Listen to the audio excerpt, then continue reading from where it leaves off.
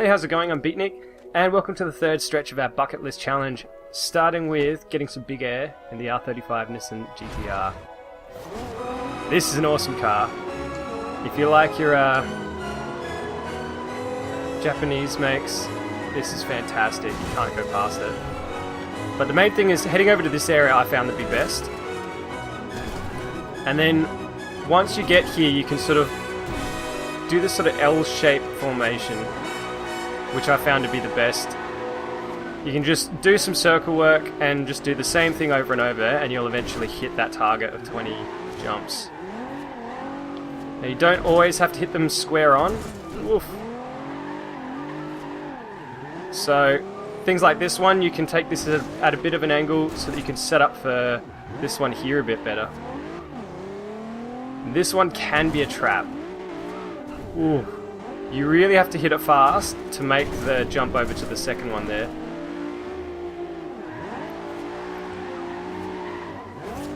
But you'll get the hang of it pretty quickly.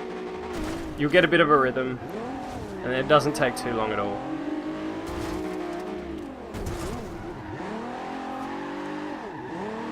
Plus, it's just fun being in such an open area. It is so easy to just start drifting.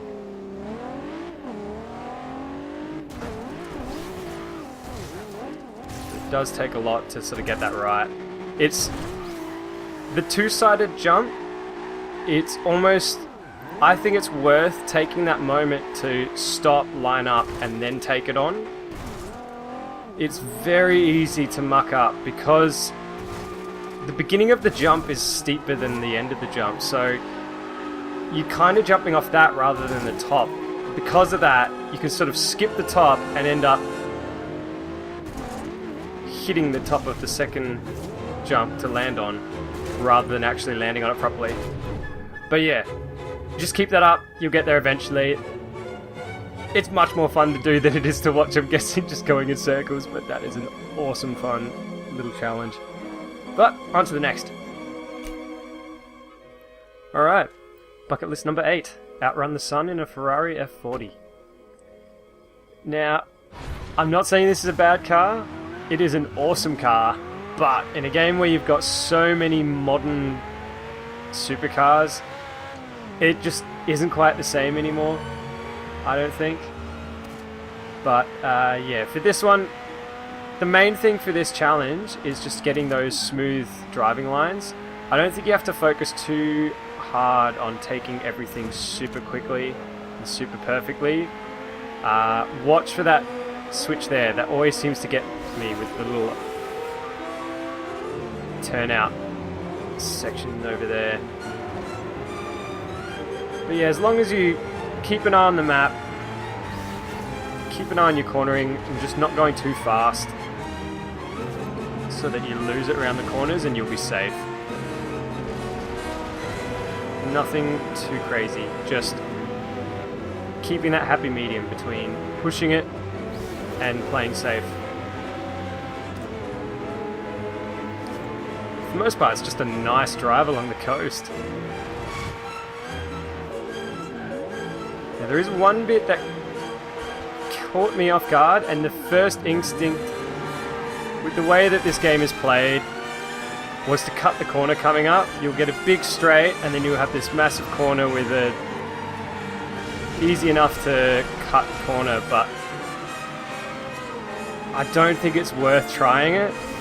Every time I try it, I tend to just be going way too fast for the exit of the corner and drive straight into houses, and it ends up costing more time than it saves than cutting it. So I think you're better off playing it safe with that one. That's coming up here after the tunnel.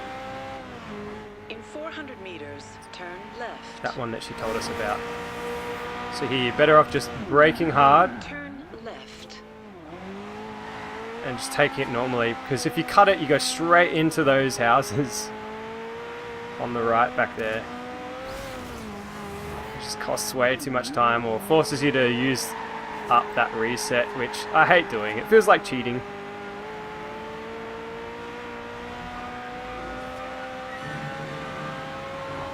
Nice feeling drift around that corner back there. Oh shit.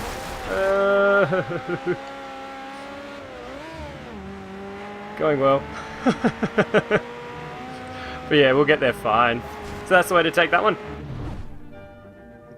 Oh, I'm sorry. I'm sorry for smashing up a Ferrari like that. Anyway, on to the next one. Okay, bucket list number 9. This is the final for this episode. Proving that the McLaren F1 is still a rocket. This car is awesome. I love the McLarens. So, the whole point of this one is purely getting a great top speed when you get to the speed camera towards the end of this. What do I mean towards the end of this? At the end of this. Your speed heading up to it doesn't really matter too much, so you don't have to focus too hard on getting perfect cornering all through this section. Just head through, get used to the car. The big thing is how you handle the roundabout coming up. And that is where it all lies in this. So speed checks back there. And the other part to this is also how you may try and keep your speed down heading into this. Where you can just cut this corner and you can take that at the speed. You're fine. Get through that and you're set. Almost 20 k's over, so nothing too hard. I'm surprised that that's a medium, but anyway, that's the way that I get through that. And yeah, that's the last one for this episode. Hope you're still enjoying these. I'm going to keep going through until at least the first 15, and we'll see what the second ones are like and go from there. Hope you're enjoying. I'll catch you in the next one. See ya!